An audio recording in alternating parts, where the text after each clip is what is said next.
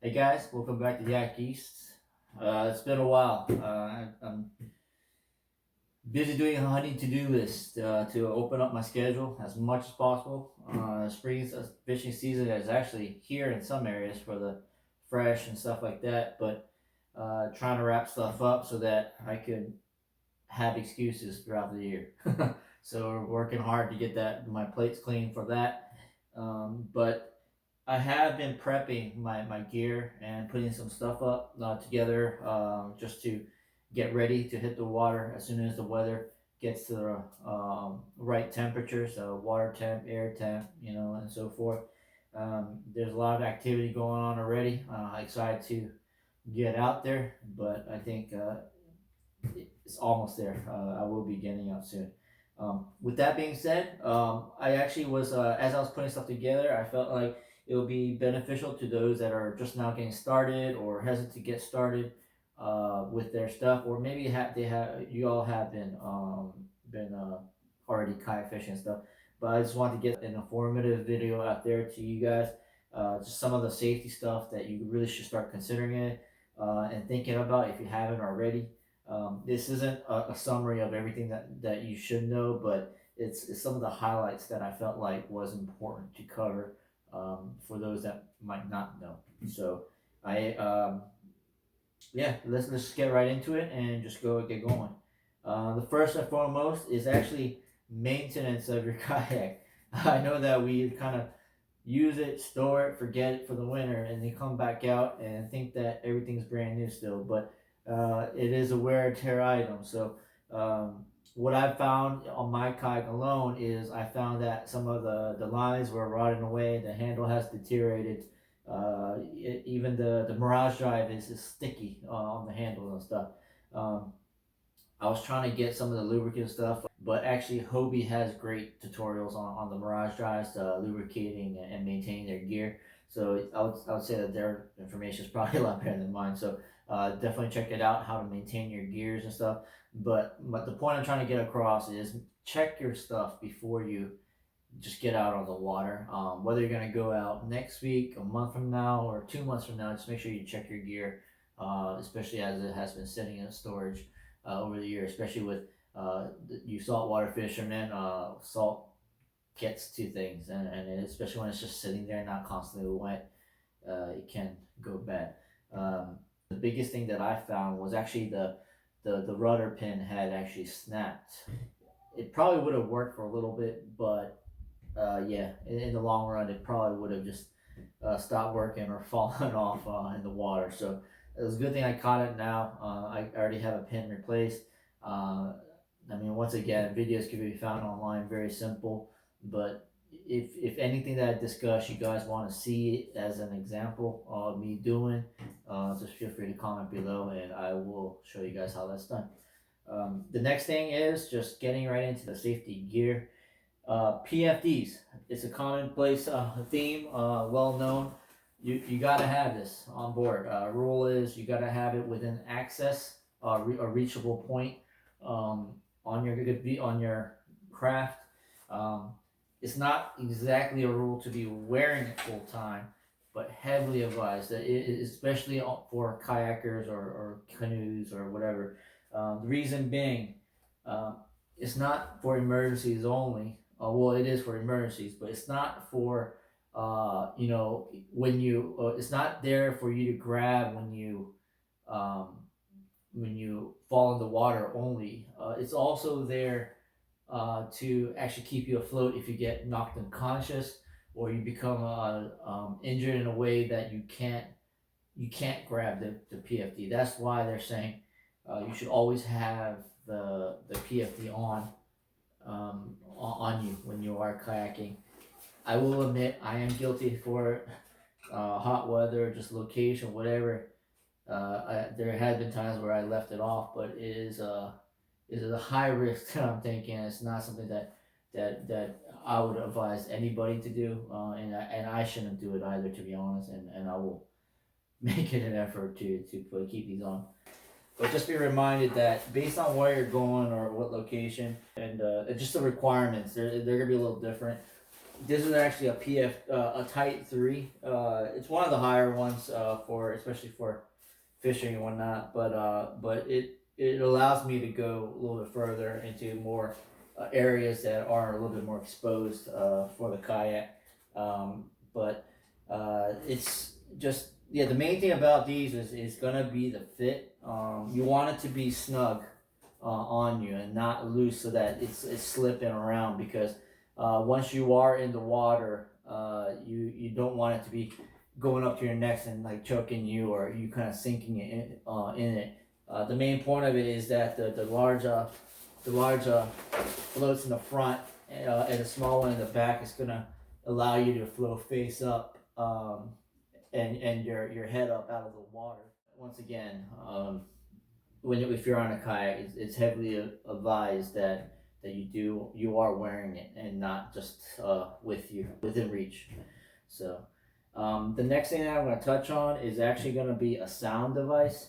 It's a requirement that you do have some sort of sound device, whether it be a blowhorn or whistle. I actually have two different kinds. One that I wear around my wrist sometimes, but it, I prefer the regular whistles because it's very simple, very easy, very loud, and it won't rust on me. So this is kind of what I use.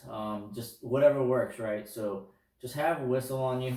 It is a requirement that you should have it, whether it's letting a boat know that you're nearby, or whether you're having an emergency.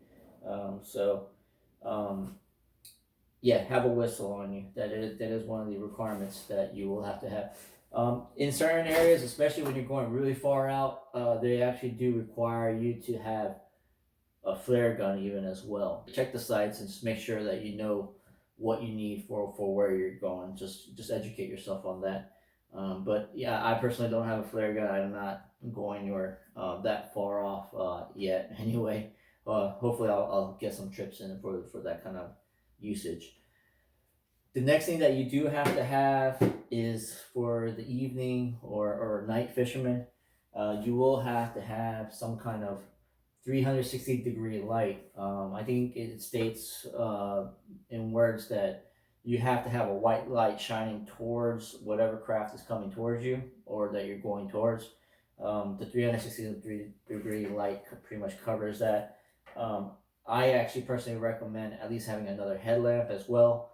Reason being, you could flash it directly at the person, and it's usually brighter than this. But you can flash it directly at the person, or put it on a strobe, which a lot of headlamps do have an option for. So yes, a light is a requirement for low light or nighttime conditions. Um, Obviously, the flag is optional. A lot of people recommend it. And the reason for this is that when you're out on the water, you're bobbing through the waves, uh, depending on the conditions, obviously. But a lot of times, even like 3 foot swells, you'll disappear behind the wave. I mean, you might have your head still showing, but boats aren't really going to be looking at that, and they might not see you quite as easy. Whatever makes yourself stand out more is the recommendation. So having a flag that's gonna be sitting up behind you is something that is obviously a very big recommendation to um, have on you, so that you are more visible. This is a Carbon by Yak Gear, I believe. Um, Love it. It comes apart, very packable, very nice, and the light is very bright too. So, and just another thing, always make sure that the light works before you get out on the trip, because if you don't have it, you're putting yourself at risk. So, um, I will go to an older light that I do have, and actually is something that I still use at times. It's actually this one, kind of crazy looking. Uh, so I still use this actually when there is bad weather, especially fog coming in, and it's expected, or if I see big changes in temperatures, right? Because the fog develops. Um, just quick story, like we're coming in because of the fog's rolling in. We could just see the wall of fog rolling in, but as I was coming in, it got we ended up in the middle of it, couldn't see more than 10 or 20 feet. Boat was clearly coming at us. Didn't hear it, but it actually ended up stopping, like pretty much almost like right next to us. And the reason why they stopped, and they're like saying, the buddy that was next to me said, like, they said they didn't even see him, but they stopped because they saw this kind of through the fog. I mean,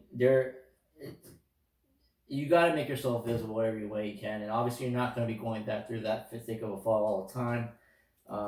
But I still use this, especially when I'm expecting some kind of fog or overcast or something like that. Especially the stuff that with low visibility. This is just one of them construction flags that you see on the construction sites on the side of the road. You could just get this at any typical construction site and buy it.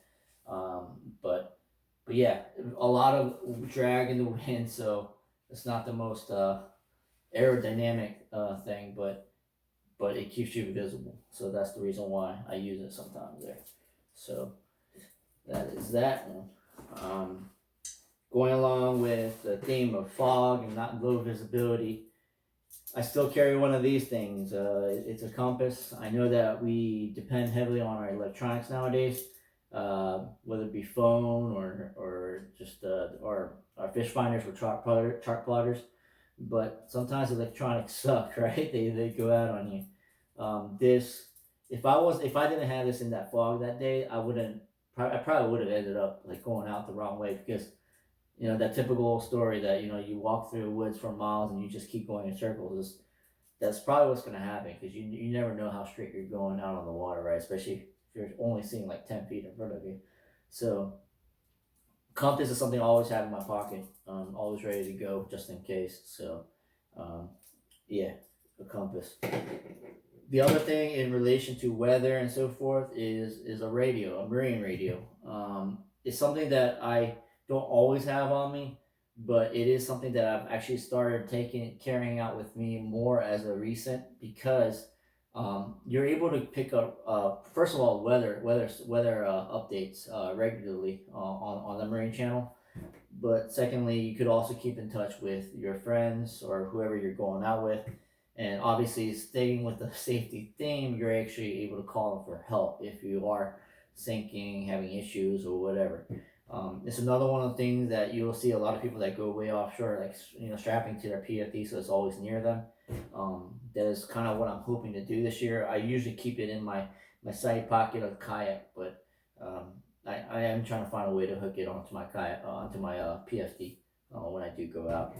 So yeah, so always have a radio. The other thing is a phone. Have a phone charged and taken out with you. You might not be able to make a call right away or whatever, but it is a nice backup to have, just in case you need a call for help, and radio or whatever is not working or whatever it might be. It's just another option for you to reach out. That's actually why I'm actually really excited about this. It allows me to hook up or link to my phone via Bluetooth, speak on it, listen to it, do whatever. It has everything here. I don't have to take my phone out to make a phone call, just as long as I have it nearby me. So that's kind of why I like this. It preserves my phone, but it also keeps it readily available to make a call if I needed to. So the watch that links with your phone, a Bluetooth watch, it's probably something nice to have. It's an extra, but again, it's something that I'm excited about. The items I cover are the basic general stuff that I feel like you should have or might consider having, just to keep yourself safe on the water there. But other than that, it's more behavioral stuff or habitual stuff that I'm gonna also bring up. One of the things that I've always said, and I keep saying, I think I said it in a couple of my videos: keep your head on a swivel. Always look out for yourself. No one's looking out for you. Just think of it that way. Just look out for yourself. Watch boats that are coming around. You hear a boat, it doesn't matter if they're going away from you. Always just take a look just to make sure that they're not coming at you. So keep your head on a swivel. Look out for waves. That's another big thing. Just look out and be aware of your surroundings. And speaking of waves, I've spoken on this point already as well. As waves roll in, whether it be a boat wake or just a wave, a regular wave, rule of thumb is it's best to try to get your bow facing the wave so you can ride over it. But if you happen to catch a wave next to you, coming at the side of you, um, what I like to do is I actually hang the leg that's facing on the side of the wave over the side and actually kind of lean a little bit just to get more weight on that side so I'm not tipping over the other way. It's like riding a bicycle. Keep your head and do whatever you can to keep your head balanced. I mean, you see motorcyclists when they're turning a curve that they drop that lower leg, right, and keep their head up. It's just to balance yourself up out to keep yourself centered on the bike as best as possible. Um, so I mean, likewise with that, trying to keep in the center. There's obviously when you're fighting a fish, especially larger fish, uh, don't fight it facing perpendicular or away from you to the side. Bring the rod. I mean, the rod might be bending out towards because they're fighting, but just try to have your rod in front of you and direct it to the bow of your boat, and eventually the kayak will turn and face the fish. So always keep yourself centered on the kayak. If you don't want to flip, just yeah, that's what you need to do. So um, actually, right, going along with that, before I get away from the side aspect, uh, for those of you that like to anchor, and especially in current, you just don't anchor on the side with the current rushing at you this way. I mean, you either want it to the front angle, or the back. If you go to the side, I mean, you're just at risk of, if you tip in and the water catches you, you're gonna go over, especially stronger currents. So yeah, you don't anchor off to the side. You always want to be one way or the other. So yeah, just stay away from perpendicular. The Another general rule of thumb: if you see the boats coming somewhere and you're going somewhere, don't beat. You're not gonna beat it. There's no pride kill by pulling away and going behind the boat. Just avoid at any risk, because just think of it as the boat's not seeing you. I mean, that's just the best thing to do. Just protect yourself. Go the safe route. Go around and behind. And also along the lines of boats, just remember that, especially the big cargo ships and tankers that come through, I mean, they create big waves. If you're fishing around jetties, rocks, shallow spots, just pilings, whatever, just know that you're going to go down before you go up. And then obviously you'll have the following of going up and down. But what I'm trying to get at is that you will be going down lower. So if you're fishing along the rock shoreline or a jetty, just be aware of what's underneath of you. And if there's a big wave coming, just get away from it, because you will go down. And if you hit a rock up funny, you will flip, right? So if you see the waves coming, get away from the rocks, or give yourself enough space so that you're not sinking to hit the rocks and turtling or flipping over. So just be aware that you are constantly bobbing, going up and down, but with the big waves, look out for what's underneath of you as well. That's just a quick tip there. And just this is kind of more of an advice. I really recommend, especially if you don't have any kind of reverse drive or just a pedal drive, like the bicycle pedals on the natives and so forth. It's nice to learn how to one hand paddle. You should really learn how to do that, and I will try to do a quick video on it when I do go out on the water one day, or just hopefully in a few weeks here. But it's nice. It's a nice trick to have. I used to have an ocean kayak, which is a paddle kayak. Uh, it was a very nice feature to have, because obviously I had to fish, but I also had to paddle. But it was a good feature to learn, to maneuver myself through the current, through the wave, keeping myself under control even while fishing with one hand. So one hand paddling is a great trick to know and keep in under your belt of tools to have ready to go. Those are just kind of some of the things just to think about on the water. Just very quickly, I know the video is kind of dragging, but just really quickly, just some things to also think about. Around water, you're in an opening, so you gotta have proper attire. I know the summer's hot, you just go out in a t-shirt, but as soon as some overcast comes in or it rains, it gets cold pretty quick, even in the summertime. So I always like to have just a thin layer jacket or a thin top, even just to give myself a little bit more protection. That's something that I just kind of keep in my haul or underneath me. Just a buff, any kind of buff. I mean, I call it a buff, but it's actually a neck gaiter. Buff is the brand, but yeah, something like this. It seems so simple and not worth it, but I mean, this acts as a protection to windburn, sunburn. Keeps you warm in the winter by tucking it into your shirts, keeping trapping the heat. It wicks, so it actually keeps you cool during the summer. Kind of funny that how it works, but I use this one. It's just the original one, just not too thick, not the wool, just the standard UV protecting one. I use it year round, especially in this middle Atlantic area. I feel like it's sufficient. I don't need to go any more or less than this. But I really recommend having one of these because of the versatility of it and what you could use it for. So, um, buff or neck gaiter is something I recommend. Obviously, the hat. Hat is something very crucial. Keep the sun off your face. Keeps you getting from burnt a little bit.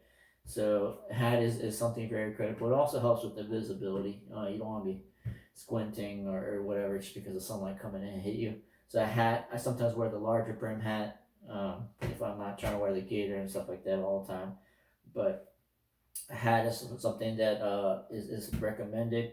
And I'm trying to get used to this. I'm not a big fan of gloves, but I started last year. I started dabbling in the gloves a little bit, especially because getting older, got to protect the skin. Environmental concerns with global warming is constantly talking about UV rays getting stronger. So, just whatever I gotta do to protect myself, right, and keep myself on the water longer. I'm trying to get used to the gloves. They sell the UP at the thinner fishing gloves. The difference is that just any regular glove I think is fine, but the difference is the palm. Some gloves made for fishing are actually going to give you better grip, especially with the water or the sun that you might be dealing with. So that's something that I'm going to be getting into. Sunglasses. Obviously, it's another luxury that not everyone wants to use, but it's a good thing to have. You might think that the hat covers everything, but the glare off the water it will burn you just as bad. So and also burn it could affect your eyes. So just remember that just having a hat won't give you that full protection. So having a sunglass will protect you from the glare and keep your eyes safe. It also helps with the wind too, especially when it's blowing around. I have contacts, so it's just when I'm constantly in the wind, it's my I just get all dried out. So sunglasses are highly recommended. On the note of sunglasses, is something a topic that I was thinking about, but there's a variety of sunglasses, and any polarized is not the same as the other. So there's the lenses make a difference. So I'm hoping to make a video of that. If you guys are interested, comment below. Let me know if you're interested. But color, types of lenses and stuff makes a big difference in how or which ones to wear. I actually have 2 or 3 pairs, but with different types of lenses. Um, but yeah, some brands actually make the exchangeable ones with you keeping that one frame. So just something to think about. And just let me know if you guys want I guess a coverage on that. The last thing I have is something very simple that I don't use, but I recommend, especially for new people that are new or a bit clumsy, I guess. It's actually a rod leash or a paddle leash. Paddle leash I actually highly recommend because you don't want to be losing your paddle, obviously. So paddle leash is something that I recommend. I still use as well. You don't want it to be floating away, especially sometimes like when you're fishing up on a jetty, you'll be bumping into it and the paddle comes off. And I've had a couple times where I was actually dragging my paddle, um, because it had knocked off when I bumped into the jetty or a piling. So a paddle leash is something very good to have. Rod leash, I guess that's a preference. I mean, but I mean, you're a lot of us do use like pretty expensive stuff, so it's something that's recommended. At the very least, I do leash up when I'm putting in my rod holders in the back, just in case I do turtle or whatever. At least those would be protected. But I don't know. I can't get away from that interference factor of having a rod at least when I'm fishing in front of me. But to each their own. I mean, it's there for a reason, and people buy it for a reason, or people make it for a reason.